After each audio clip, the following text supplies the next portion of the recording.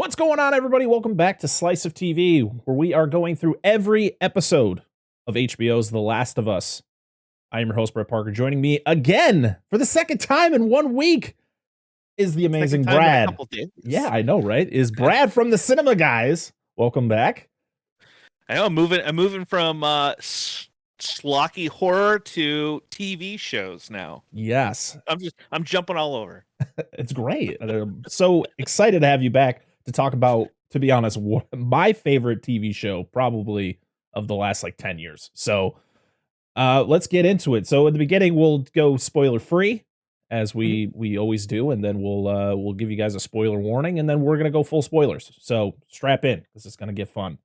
So we are talking about episode 6 of The Last of Us, titled Kin.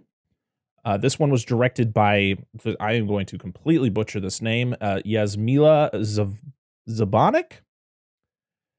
Close enough. Yeah, for me, she's international director. Really, she had one directorial, big directorial thing back into 2020. I'm not even going to try to pronounce the name of the movie, but it's good to see other directors coming in, especially ones that maybe are not too familiar for American audiences. So let's go through it. What did you think of this latest episode?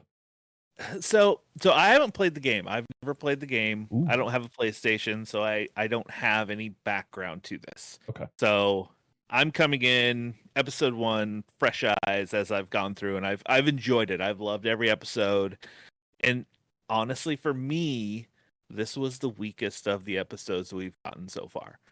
Okay. In my opinion, it was fine, but overall, I was just I don't know what I wanted from it, but I was like, oh, okay, cool. It felt, I don't know, it kind of just felt like every week it's always that you feel like there's no hope for anybody in this.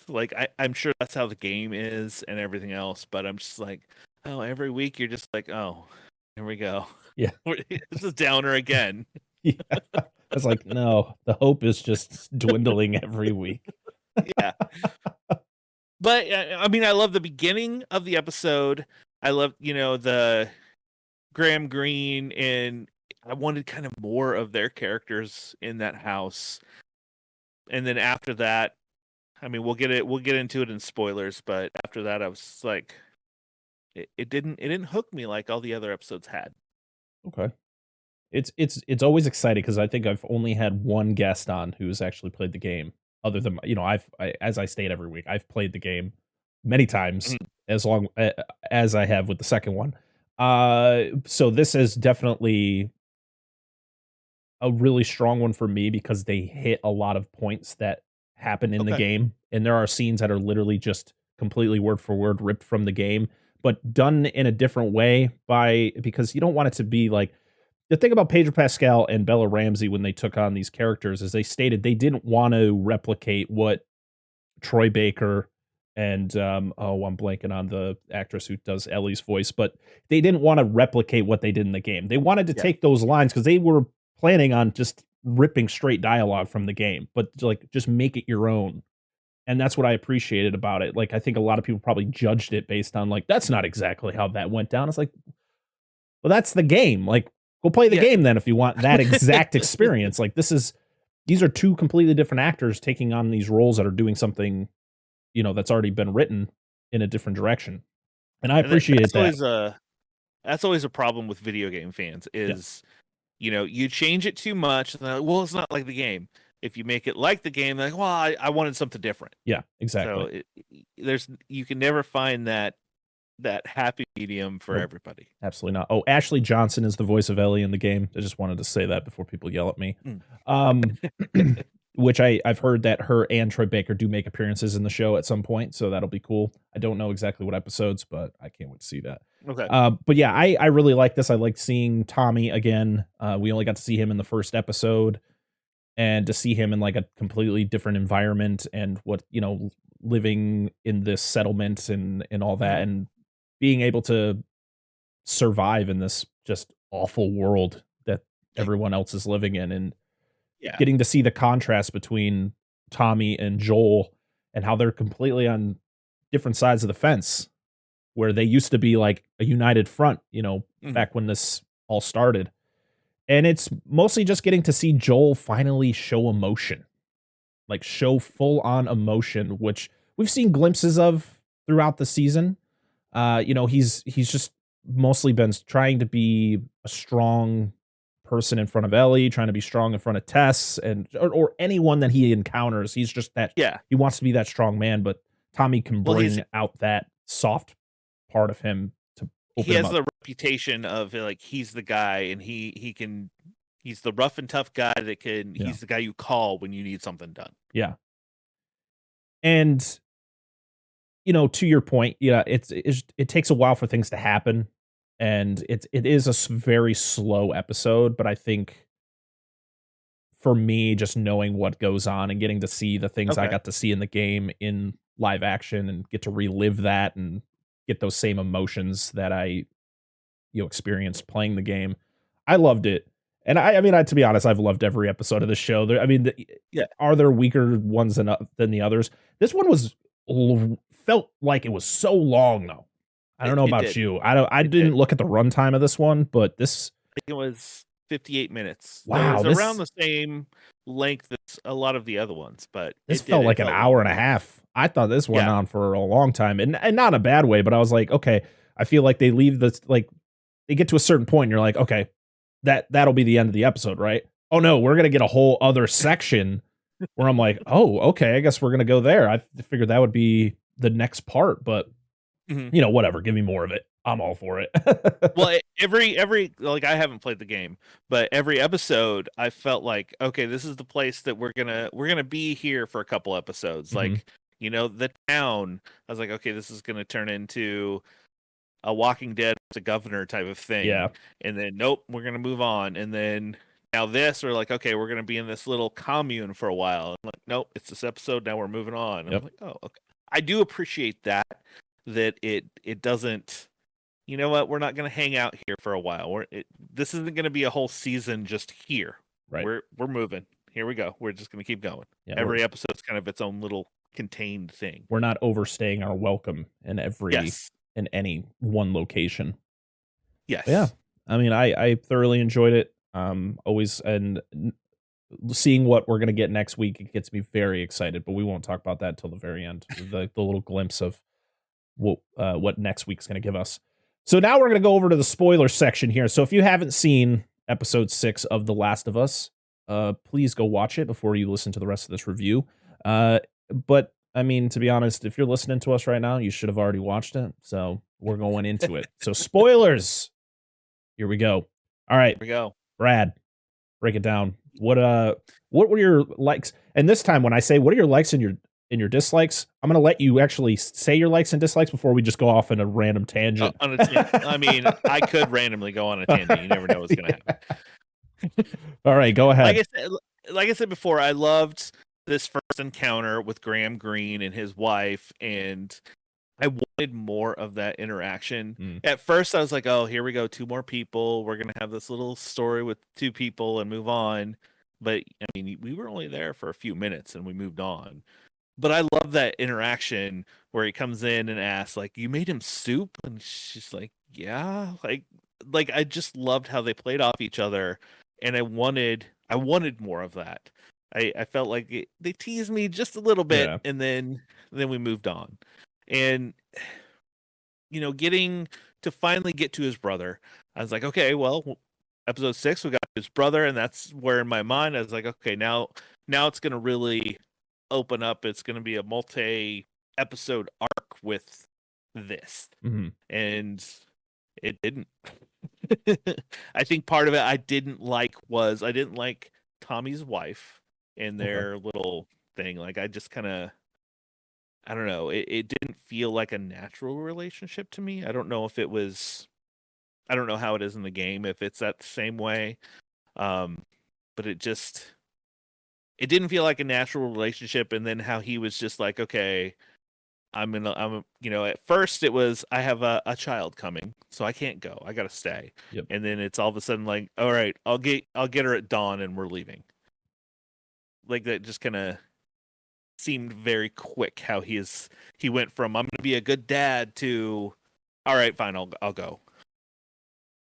But like I said, overall, I other thing I loved is like you said before how Joel is starting to show some emotion. I love that he's like the whole world is finally coming down on him. He's Mhm. having panic attacks and anxiety and like just freaking out about everything in the world. Like you're finally he's not just a killing machine, so to speak, that's bringing this girl along. You still get some of that of like he's still like I'm not gonna invest emotionally in you, but then you knew it was gonna happen that it would turn around. Otherwise, the show would be over if you just leave Joel and Ellie apart too long. Right. In my opinion, but that's where I that's kind of why I thought this was the weakest because there was a lot where I liked and then a lot where I was like, I kind of either wanted more or didn't like kind of how they did it, if that makes sense. Yeah. Whereas earlier episodes, was it episode 3 where you have the couple in their little house? I really love that episode. I love the brothers in the previous episodes. It crushed me how that ended. Mhm. And then I think the emotional setup to this, you're just like, oh, I was expecting something like to be really emotional like I had been in previous episodes, and it's just like, oh, okay, I guess I could have brought those expectations down just a little bit. Yeah. No, I mean, it's definitely good to see the perspective of what people are seeing when they haven't the knowledge of the game. Yeah, Um, like for you, you probably you know where the end game is, yeah. at least how where it's going. And I'm just like, oh, I'm along for the journey, just like a lot of other people. Yeah, because like how certain characters are gonna end up, but it's still I think Mhm. the show has done a great job with still giving you that emotional punch even when you know what to expect. Like, last Yes. week, I knew Sam was gonna die. I knew Sam turns, but I think they took that character because as I stated last week, Sam in the game, he's not deaf. He's just as normal of a kid you can be in the Okay. world of The Last of Us. But they brought in this deaf actor who did a phenomenal job, Hmm. and I feel like they made us invest in this character way more than the game did. And then by the end, after that interaction between him and Ellie, where Ellie finds out he's infected, it's you're like, I know what's gonna happen when she wakes up, Yeah. but it's still an emotional punch when they go through the whole thing where, Henry has to shoot him and then he shoots himself. Yeah. It's it wasn't like, "Oh, well, I knew that was gonna happen." Yeah, I did know it was gonna happen, but it was still like, "Holy it still was there was an impact just because Yes. they were able Well, to tweak certain things to still give you that emotional punch." they do really well, you know, getting that emotional investment in characters, kind of how the early seasons of The Walking Dead did. They really try to invest you in the character, Mhm, even if they're going to be killed off really quickly. mhm. They do a really good job with that. And then, I mean, I don't want to compare it to The Walking Dead after that. Walking Dead just kind of went downhill, but it, I'm hoping that it keeps that emotional impact even for minor characters to try to invest you in them as it moves along in this journey to wherever they end up. I have no idea. Right.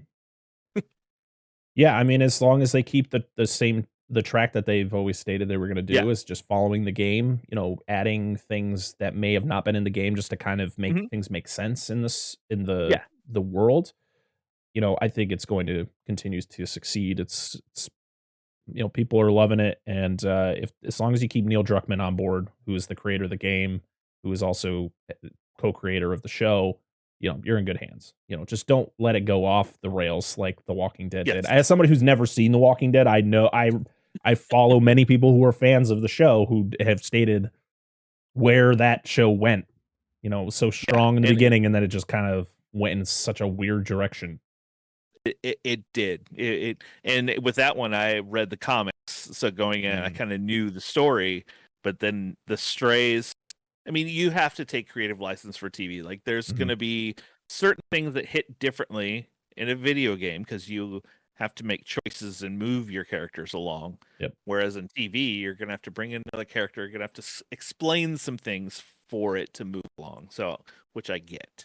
Just don't stray too far out. yeah. Don't try to be like, you have a solid beginning. Don't try to be like, okay, now we're gonna season two, we're gonna turn it into Resident Evil. Oh, no. Although I'm a fan of Resident Evil, but don't don't go off and like it's all clickers and creatures Yeah, all every episode all the time. yeah. I appreciate that we're getting episodes where you don't get a lot of infected. Like, I don't think there was a single infected in this episode. I don't think so. There wasn't that I So remember. so it's like, if you can give us that emotional impact and give us a good story without the monsters, Mhm. then you're doing something right. You know, if you're always relying on the Exactly. monsters to make your show good, then there's something wrong. So, I'm glad that it's working out. But yeah, as someone who played the game, this was probably the most emotional episode, other than the fact of seeing, the whole ending of last week's episode with Sam and Henry dying, and then of course at episode 3 Yes. with Bill and Frank. This was an emotional episode because of Ellie finding out about Sarah, which was a big impactful moment in the game. Mhm. Her finding out about Sarah and then her having that confrontation with Joel, because Joel plans on ditching her with Tommy and then kind of going off to do whatever. Yeah. And they have that moment in the bedroom where where she's like, "I'm not her." And he's just like, just don't do it. Yeah. Just stop talking. And the scene is very different. The performance between Pedro and Bella compared to what Troy and Ashley did in the game is very different, because the thing is I feel Joel is very different in a way that Troy Baker's Joel from the game was very stoic. Like, he was very Okay. strong spoken. He was deep. Like, he was fully like that Southern, like, strong man. Like, he was not going to show any weakness. You can Okay. see uh, Pedro Pascal's Joel he's depressed. Like, he is just, you can see Yes. it in his eyes at every moment. Like, this man is I mean, just in a hole. He- he's lost his daughter. He lost, Tess. He yeah. lost, like, it's just been years of loss for him. Like, Yeah. he thought his brother was lost until this episode. He got to see him again, Hmm. and then realizing, oh, it's not how it used to be. I don't. He was expecting it to be like, oh, there's Tommy. All right, we're back together. We're gonna be, Yeah. you know, two peas in a pod. So yeah, so, like, when they have that conversation, in the game, when she talks about loss, and he's like, in the game, he yells at her. He's like, "You don't know what loss is." Where in the Mhm. show, Pedro gives, like, a more, like, you don't know what loss is. Like, it's very subtle. Like, he is trying to Okay. hold Yeah. back those emotions, like he's about to break down. And I really appreciate that we got a different interpretation of that, because it still was such an impactful scene. Um, because you're seeing that Joel really cares for Ellie in this scene, and in the game you do too. But you're seeing just how much he doesn't really want to do this, but he knows that if he continues, something bad could happen to her, and he can't lose somebody who he sees as a daughter. Because Yeah. even if she doesn't know, he, in his eyes, this is his kid. He needs to protect her, and the best way to do that Mhm. is to give her away to Tommy, because he's just, he feels he can't keep her alive. Yeah, because he knows that age is getting to him. This anxiety, this everything. It's just finally the weight of everything is just crushing him, Yeah. and he can't go. I mean, it even proved kind of at the very end. when the raider kind of guys were coming to get them, and Mhm. he's in this fight and gets stabbed. It's one of those like he knows he wasn't the same as he normally is. Yeah. That's a it's exciting to see where they're gonna go with in what direction they're gonna go in, going forward. I know that, what we saw in the preview for the next episode is kind of a prequel. We get to see, Ellie, Okay. in the QZ and kinda see what she's gonna be doing. This Okay. is before, she meets Joel and Ellie. This is kinda before she is taken in by Marlene to be brought in, because this next episode is actually based on the DLC that came out for The Last of Us. It was called Left Mhm. Behind. So yeah, it's like a prequel to the entire thing. It's kind of seeing how we find out why Ellie is the way she is, which is very exciting. But yeah, Those joke books, man. The I joke know. books is Bella Ramsey, I don't know why she got any backlash for getting this role, because she is killing it. As Oh, some she is. Yeah. Absolutely is. She's quick-witted and she's just on it. She is like that. I don't know. I believe her everything she's going through, and she's just witty and quick, and she's perfect. Yeah. Just like she was in Game of Thrones, she was almost that same thing. Just like the someone who doesn't really take any shit, but deep down that just like Bella, deep down she's afraid. Oh, I mean, yeah. she's even said it. Like she puts on this front, Yeah. so you don't know. Because it's one of those things where she's afraid when she's not around Joel, Yep. but Joel is afraid when he's around Ellie. Like, it's like the complete Yes. opposite. It's like he's Yeah. afraid that something bad is gonna happen, but is afraid something will happen if she's not with him. So it's like that Mhm. that polar opposites. And, yeah, I love seeing Tommy in the situation with his wife. It was, yeah, his wife wasn't, I mean, she was very similar in the game. I think she was already pretty well pregnant at the point when you meet her Okay. in the game. And yeah, she's, I think, a lot strong. Her character in the game is a lot, like, she's to the point. Like, she does not give two shits what you think about her, and she will put you in your place even if she's just met you. Okay. Where I feel this version of her wasn't that. Like, you don't really feel like she's more of like a welcoming person. Like, yes, we have to take our precautions out there, Mhm. but don't fuck with me, because I will put you down. Which I think, Yeah. She which I do appreciate. It was very different. she's welcoming, but yet quietly judging Yeah. you. And we got a lot of people on the internet are stating we got a cameo from a character that we're going to see in season 2, who plays a prominent character when Oh. they're sitting at the table and Ellie sees a girl looking at her, and she's like, "What are Oh, you looking yes. at?" And she Hmm. runs away. Yeah. I Yep. don't want to spoil it because it's part of the second game, which I will be mostly what the second season probably will be, but it's somebody of importance. Okay. Um, yeah, you could probably just look So it up and spoil yourself if you really want to. yeah, I haven't.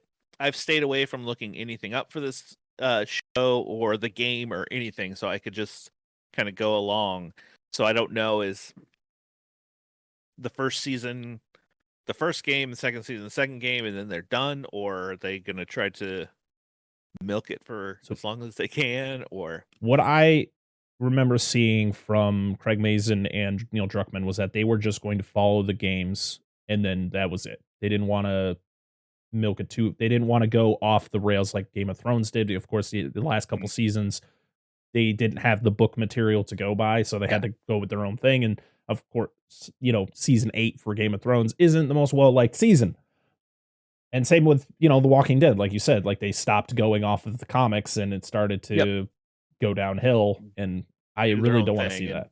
I could see the show being something where they do the two games, they do the two seasons based on the two games, and then, or they could maybe take the second game and split it off into two seasons, because there is a lot going on in the second game. okay.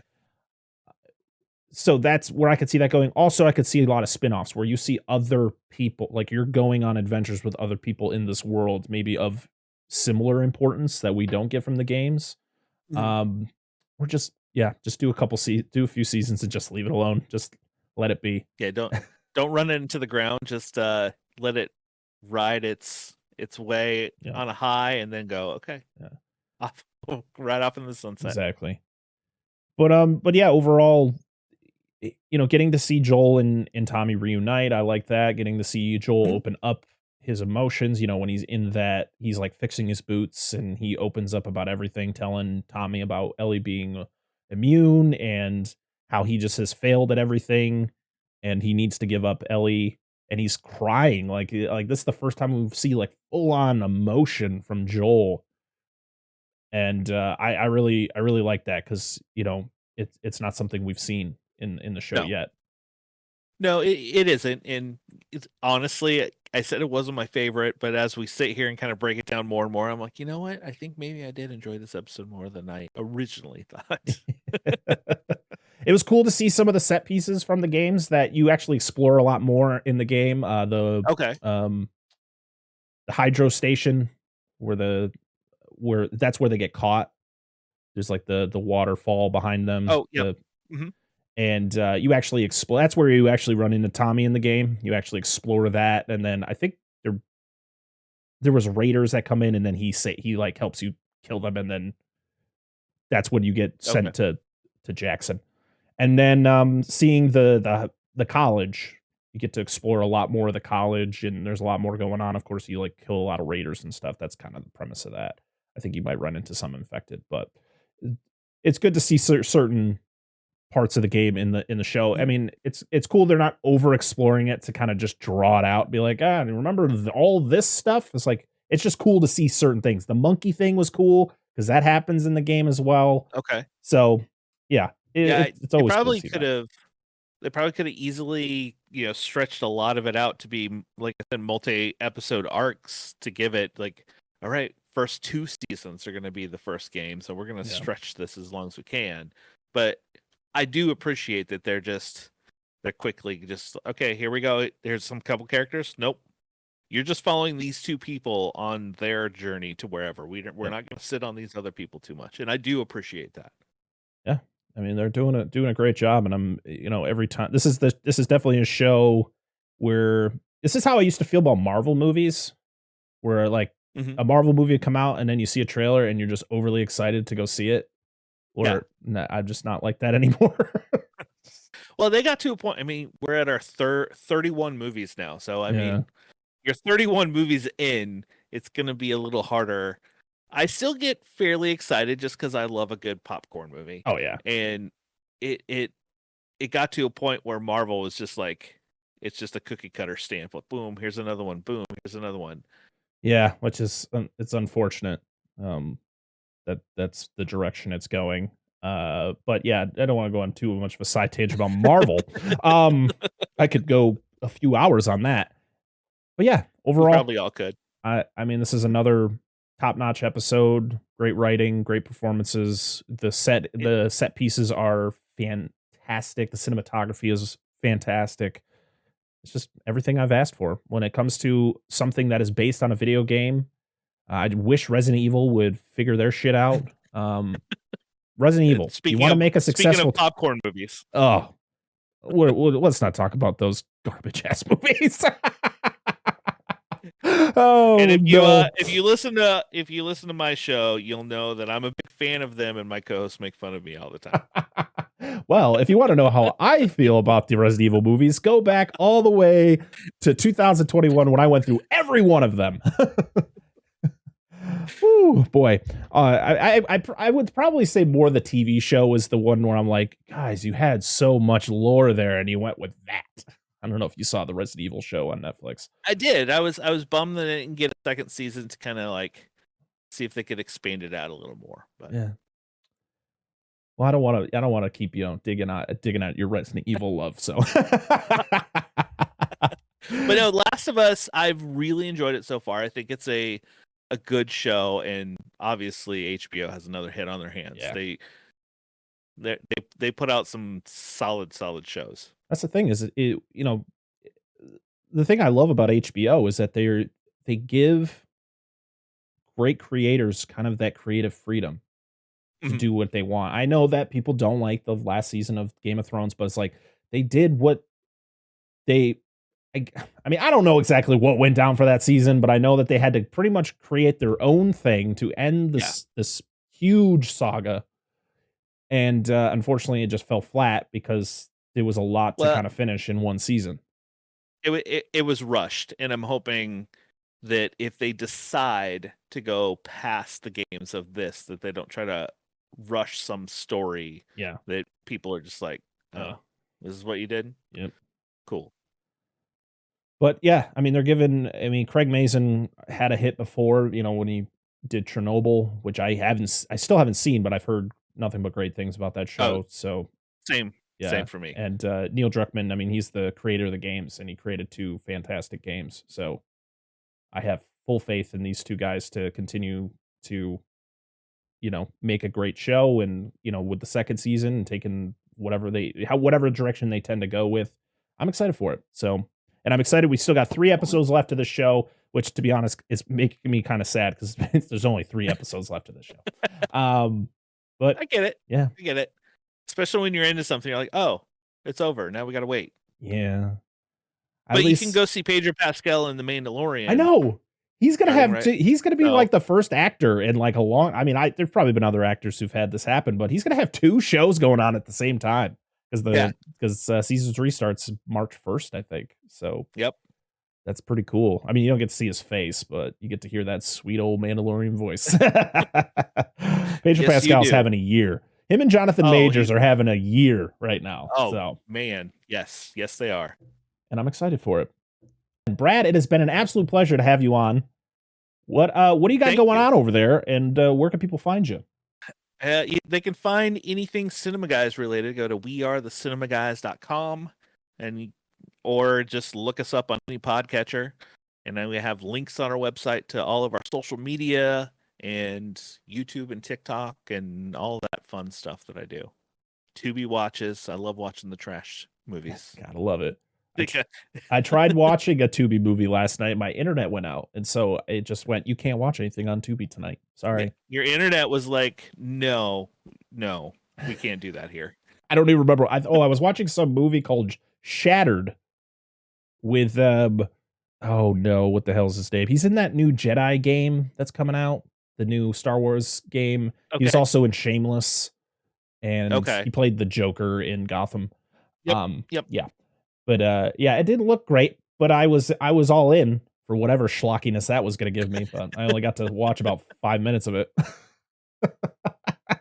But you can finish it. You can finish it later. Yeah, I had a lot of movies on the plate, so I'm excited. I love getting a little bit of good and a little bit of what is this on my plate. But There you go. whatever. And Tubi has it all. They got good stuff, bad stuff, and they're starting to get HBO shows. Like they have Lovecraft Country, Westworld's getting ready to move over there, and a bunch of their other HBO shows. Westworld. I got to shout out Westworld because season 1 and season 2, great. Stop there. That's all I got to say. I love Westworld. I've only watched season 1, so season 1 is great. I'll stop after 2. Yeah.